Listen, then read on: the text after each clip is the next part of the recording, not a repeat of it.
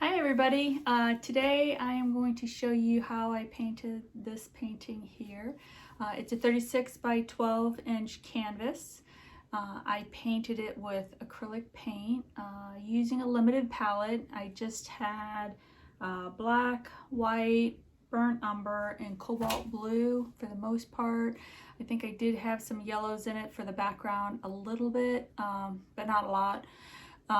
I originally painted the background first, but this is going to show you the details of how I painted the tree and blended in some of the additional color in the background. So I hope you enjoy it, and I sped it up a little bit, otherwise you'd be like falling asleep watching me paint. So have a nice day, and see you later. Bye. The first thing I'm trying to do is to get the base of the tree in, trying to find the bottom of the tree and how tall I want it to go. I later end up making it a little bit taller because, you know, you step back and you take another look at it and you realize that it's not quite what you're looking for. But at the moment, I'm just trying to add in the bigger trunks of the tree and the overall structure of where it's going to lay out. So if you're wondering where I got the reference photo was from pexels.com. That's PEXELS.com. And the photo was by Todd Trapani, Trapani. And they have a lot of free photos out there that you can use as a reference. And I love being able to get ideas from them. Obviously, this is not exactly the same as what the photo was, since mine is a landscape and his was a portrait. But it gives me some good ideas on what I want to do and new ideas for painting. So I do recommend you go out and you check out some of those sites and find some photos that can inspire you to make a painting of your own. Now that I've got most of the main branches in, I'm going in and I'm starting to add some of the medium-sized branches. Not the teeny tiny ones yet, but more just the ones that come out from the main trunks of the trees to kind of get the overall round shape of the tree. I'm just using a small brush, and as you can see, I go back and forth from the paint to the brush.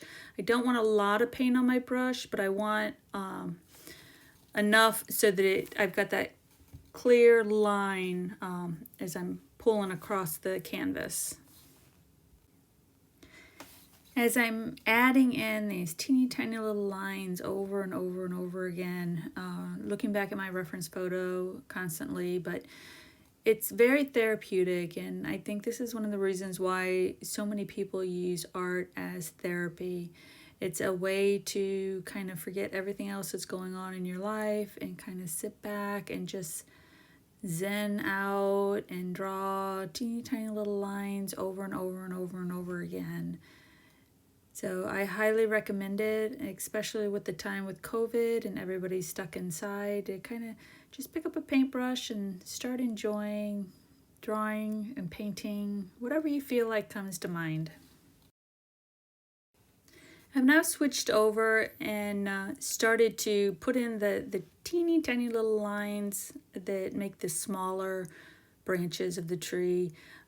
As you can see from my palette, you can see all those little black little marks, and that's me pressing down on the flat brush that I'm using to get that nice sharp edge.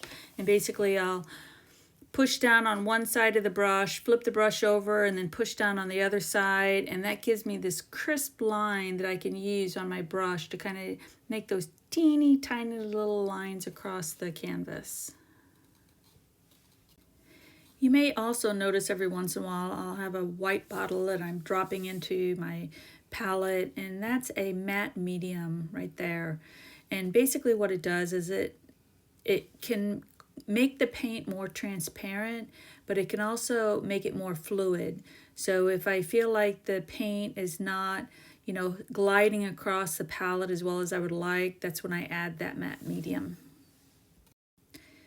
So now I've taken another look at the reference photo, and as well as taken a step back and looked at the painting to see what I liked and what I didn't like. And so in the reference photo, it has a lot of the white, and I kind of felt like the tree was kind of sitting there and needed something else. So I added a little bit more definition and different colors, and just to make it separate itself a little bit so that it looks like the tree is actually sitting on the ground and then the sky is behind it more, and not so much about the snow as it is about the tree itself.